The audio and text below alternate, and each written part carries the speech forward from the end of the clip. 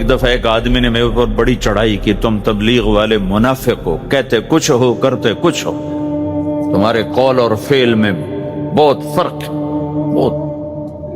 جب ان کا غصہ اتر گیا تو میں نے ان سے کہا بھائی 100 نمبر تو اللہ نے بھی نہیں مانگے، آپ کیوں مانگتے ہو؟ اللہ نے کہا ہے فمن ثقلت موازینہ، جس کی نیکیاں بڑھ جائیں گی گناہ تھوڑے ہوں گے تو پاس کر دوں گے۔ تو 100 نمبر تو اللہ نے بھی نہیں کہا کہ ایک گناہ تیرے کھاتے میں نہیں ہونا چاہیے، 100/100 نمبر لے گا تو جنت دوں گا، نہیں تو ریپٹ مار کے جہنم میں ڈالوں گا۔ تو 100 نمبر تو اللہ بھی نہیں مانگتا، اسے پتا ہے میرا بندہ کمزور ہے، کبھی گناہ کرے گا کبھی نیکی کرے گا۔ تو وہ کہتا ہے جس کے پاس 51 نیکیاں ہوئیں اور 50 گناہ ہوئے تولوں گا تو 51 جھک جائیں گے نا، 50 معاف۔ مثال دے رہا ہوں، ہمارے علاقے میں ایک زمیندار تھے، وہ ذکر بھی بہت کرتے تھے، گالیاں بھی بہت دیتے، ادھر سبحان اللہ تیرے فلانے، الحمدللہ کے ساتھ ایک پھکڑ تولتے تھے، ساری زندگی وہ ایسا ہی کرتے رہے۔ جب وہ فوت ہو گئے تو کسی نے ان کو دیکھا تو انہوں نے پوچھا کہ میاں صاحب آپ کے ساتھ کیا ہوا، آپ تو گالیاں بہت دیتے تھے۔ خود انہیں یہ پوچھ رہے آپ تو گالیاں بہت دیتے تھے، تو آپ کے ساتھ کیا ہوا؟ کہ اللہ تعالیٰ نے میرے ذکر اور میری گالیوں کو تولا تو میرا ذکر بڑھ گیا تو میری بخشش ہو گئی۔ اللہ نے بھی کاؤنٹنگ رکھی ہے، پرفیکشن مانگی ہی نہیں۔ اگر اللہ پرفیکشن مانگتا تو پھر آپ کہتے تم کرتے کچھ ہو کہتے کچھ ہو، اگر میں کہتا صحیح ہوں تو ایک نیکی تو کر رہا ہوں، اور کرتا نہیں ہوں تو ایک گناہ کر رہا ہوں۔ کیا پتا میرا رب میرے کہنے کے تو فعل میرے نہ کرنے کو معاف کر دو۔ بس ایک صورت میں ہے کام خطرناک کہ اگر میں اس کہنے سننے کو اپنی دنیا بنانے کا ذریعہ بنا لوں پھر خطرناک ہے۔ تأمرون الناس بالبر وتنسون انفسکم وانتم تتلون الکتاب، وہ یہ آیت۔ لیکن اگر میرے اندر اخلاص ہے تو پھر میں انسان ہوں، کبھی اچھا کروں گا کبھی برا کروں گا، لیکن میرے ذمہ صدا لگانا ہے۔ تو بھائیو اس تبلیغ کے کام کو کرتے رہنا، اس سے ایمان بنتا ہے، ایمان سے دین وجود میں آتا ہے۔ دین کے 2 حصے ہیں، ایک عبادات ہے جس میں نماز سب سے اہم ہے، پھیری پہ ہو گھر پہ ہو نماز نہ چھوڑو۔ رمضان کے روزے ہیں، اللہ پھر رزق زیادہ دے دے، حج کرو، زکوٰۃ دو، لیکن عبادات بڑی محدود ہیں اور اس میں کثرت اللہ نے مطالبہ بھی نہیں کیا، بلکہ اللہ تعالیٰ نے اس میں اعتدال ہی کو پسند فرمایا ہے۔ اللہ تعالیٰ نے ہمارے نبی لمبی لمبی نمازیں پڑھتے تھے تو اللہ تعالیٰ نے روک دیا، ما انزلنا علیک القرآن لتشقی، میرے نبی میں نے تمہیں قرآن اس لیے نہیں دیا کہ تو لمبی لمبی نمازیں پڑھ کے تھکتا رہے، درمیان نہ چل۔ اللہ کے نبی نے تبلیغ میں زیادہ زور دکھایا تو اللہ نے اس پر بھی کہا فلا تذهب نفسك عليهم حسرات، اتنا غم نہ کیا کر کے تو خود ہی ہلاک ہو جائے، نہیں ایسا نہ کر۔ تو عبادات محدود ہیں اور اس میں اعتدال مطلوب ہے۔ سارا دن مصلی پہ بیٹھنا یہ اللہ نہیں دیکھنا چاہتا، اللہ یہ دیکھنا چاہتا ہے کہ تو باہر جا تاکہ میں دیکھوں کہ اب تو کیا کرتا ہے۔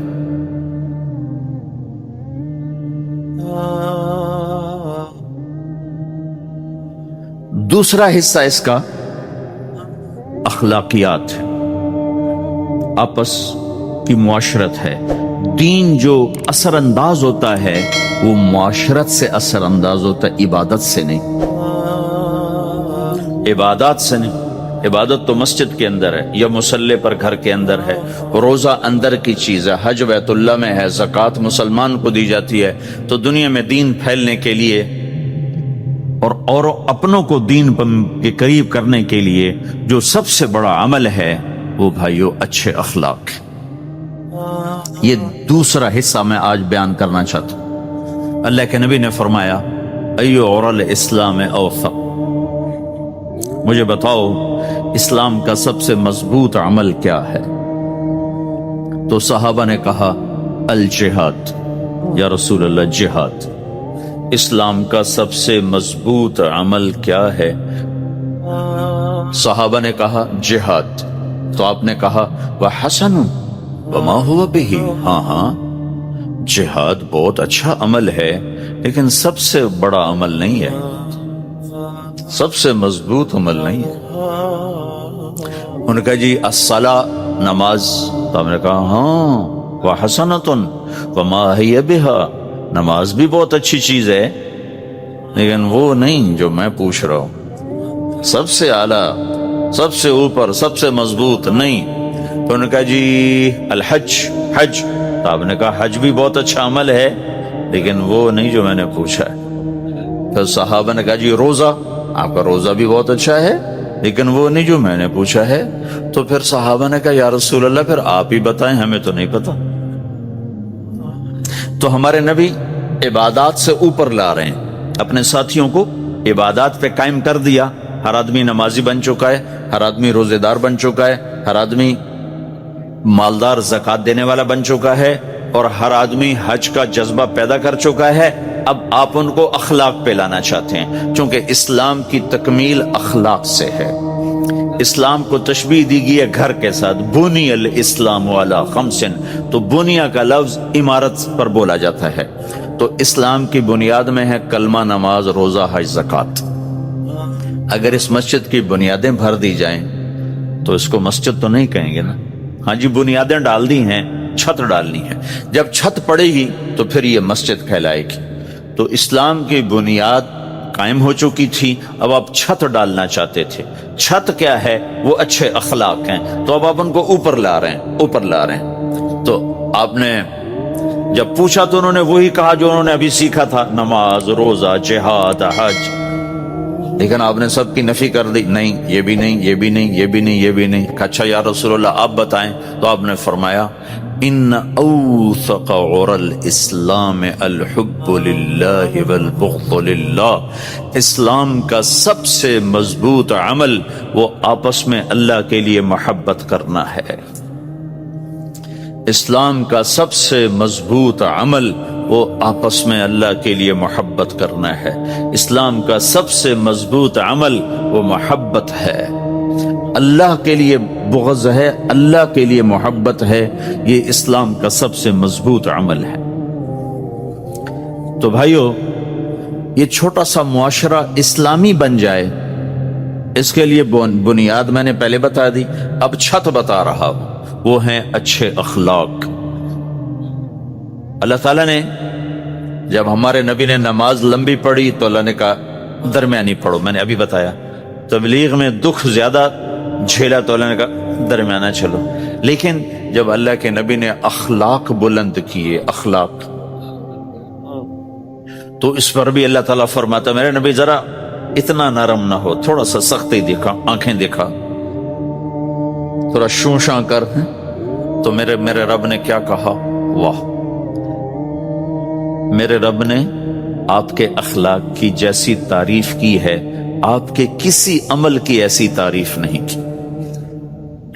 نماز کو کہا معتدل، اعتدال، دعوت کو کہا اعتدال، اور اخلاق کو کیا کہا؟ انک لعلی خلق عظیم، اور اس کو طاقت پہنچائی قسم اٹھا کے، نون، پھر قسم اٹھائی قلم کی جو علم کا ذریعہ ہے، والقلم وما یسطرون، مجھے قسم ہے قلم اور اس کی تحریر کی، ما انت بنعمت ربک بمجنون وان لک لاجرا غیر ممنون۔ ان دو آیتوں کو چھوڑ کر اگلی جو آیت آ رہی وانک لعلی خلق عظیم، اے میرے محبوب میں قسم اٹھاتا ہوں قلم اور اس کی تحریر کی، تیرے اخلاق بڑے عالی شان۔ یہ نہیں کہا تیرے اخلاق بڑے عالی ہیں، انک لعلی، علا، علا کا یہاں بہت عظیم الشان کردار ہے۔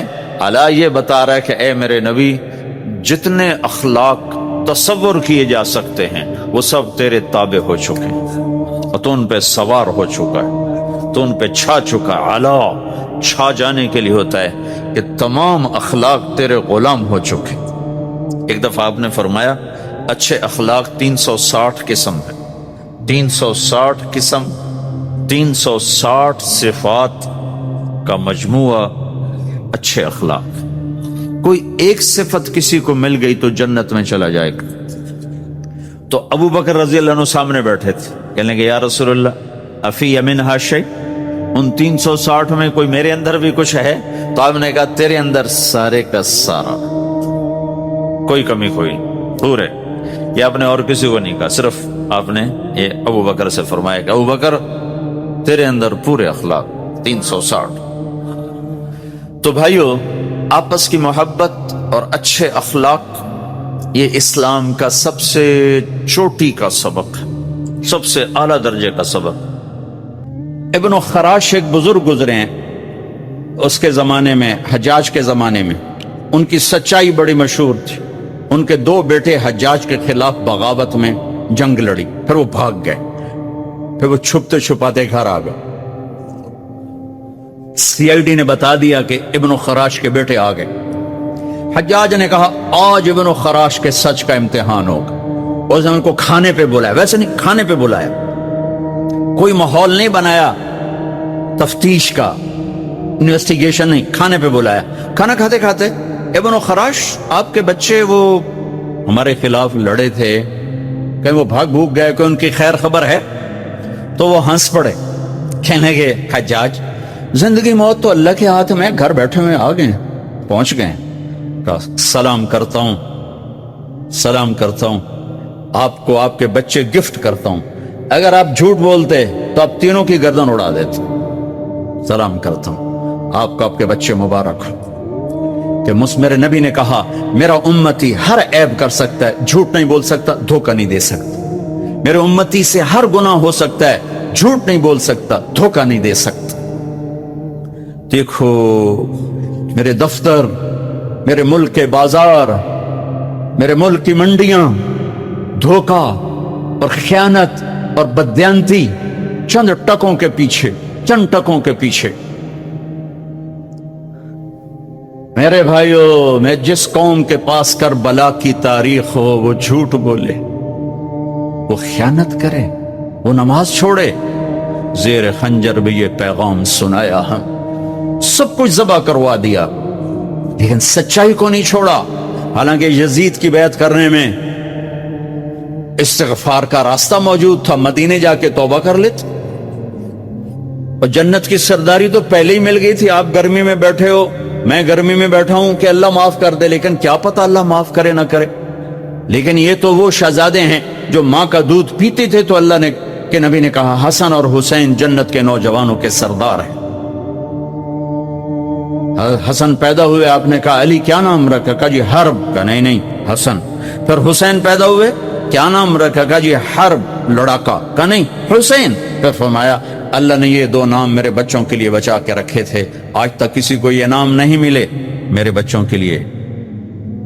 اور یہ ذبح ہو رہے ہیں, ایک ایک کے سر کٹ کے نیزوں پر چڑھ رہے ہیں, کہ سچ نہیں چھوڑنا, دھوکہ نہیں دینا, جان دینی ہے, سچ نہیں چھوڑنا.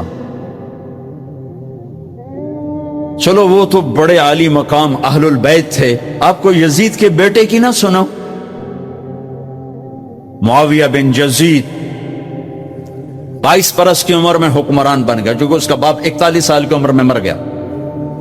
3 بر اعظم پہ حکومت, 3 بر اعظم پہ حکومت, 3 بر اعظم پر, اور 22 برس کی پاگل پن کی عمر. 40 دن حکومت کی اور سارے بنو امیہ کو اکٹھا کیا اور کہا لوگو میرا باپ ظالم تھا, جبار تھا, اس نے اہل البیت کا خون بہایا, جس کرسی کے نیچے حسین کا خون ہو میں اس پہ لعنت بھیجتا ہوں. یہ تمہاری حکومت ہے, جس کو چاہتے ہو دے دو, میں یہ جا رہا ہوں. 3 بر اعظم کی حکومت چھوڑ کے گھر بیٹھ گیا, اور اس کا جنازہ نکلا, وہ خود نہیں نکلا. وہ میرا دفتر کا کلرک 100 روپے کے پیچھے ایمان بیچتا ہے, ریڑھی والا 10 روپے کے پیچھے ایمان بیچتا ہے. بددیانتی یہی تمہارے فیصل آباد کا قصہ ہے. میں واک کر کے آ رہا تھا فجر کی بعد, تو میری نظر پڑی ایک ریڑھی والا, سفید داڑھی, پگڑی, دور سے مجھے نظر آیا, بڑا پیارا لگا. جب میں قریب گزرا تو میں نے اس کو یوں دیکھا, اچھا لگا. تو وہ رو رہا تھا، یوں یوں ایک ہاتھ اس کا ریڑی پر تھا، ایک ہاتھ اس کا پیٹی پر تھا، یوں کھڑا ہوا اور خاموش، ساز خاموش، فریاد سے معمور۔ تو میری نظروں میں تو پہلے سے تھا، جو کہ داڑھی پگڑی سے میں بڑا خوش ہو رہا تھا۔ تو میں نے کہا بزرگو کیا ہوا، آپ کیوں رو رہے ہیں؟ تو اس نے وہ پیٹی یوں کر دی، سیبوں کی پیٹی تھی، اوپر کی لیئر میں سیب ٹھیک تھے، نیچے سارے گلے ہوئے سیب تھے۔ مجھے کوئی اردو سپیکنگ لگتا تھا کیونکہ اس کا لہجہ بڑا خوبصورت تھا۔ مجھ سے کہنے لگا بیٹا میں بہت غریب،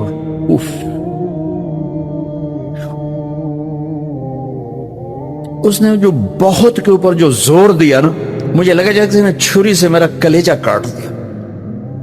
بیٹا میں بہت غریب، میں روزانہ منڈی سے ایک پیٹی لاتا ہوں اور عصر تک بک جاتی ہے، تو میں تازہ آٹا بچوں کے لیے لے کے جاتا ہوں، تازہ آٹا۔ آج کسی نے میرے بچوں کی روٹی مجھ سے چھین لی۔ دیکھو میں اب بھی رو رہا ہوں، حالانکہ اس واقعے کو 30 سال گزر چکے، اور میری جیب میں کچھ بھی نہیں تھا کہ میں اس کو دے دیتا، میں تو ایسی نماز پڑھ کے باہر نکل گیا تھا۔ تو یہ پیٹی کسی بیوروکریٹ نے تو نہیں لے کے آئی تھی کہ 22ویں گریڈ کا افسر بددیانت ہے یا 20ویں گریڈ کا پروفیسر بددیانت ہے یا صدر منڈی کا تاجر بددیانت، ایک مزدور نے پیٹی لگائی تھی۔ اور یہ یاد رکھنا، حکمرانوں کے تبدیلی سے حالات نہیں بدلتے، تمہارے بدلنے سے حالات بدلیں۔ تم یہاں جنید بغدادی کو بھی بٹھا دو تو صبح نہیں ہوگی جب تک میری اور تمہاری زندگی نہیں بدلے گی۔ تمہارے حوصلوں میں میوزک کی آواز سے چھت پھٹ رہی ہو تو جنید بغدادی کا حکمران ہونا تمہیں نفع نہیں پہنچائے گا۔ ہمارے دفتروں میں کلرک سے لے کر سیکٹری تک رشوت لے رہا ہو تو اولیاء کرام کی حکومت سے تقدیر کے فیصلے نہیں بدلیں گے۔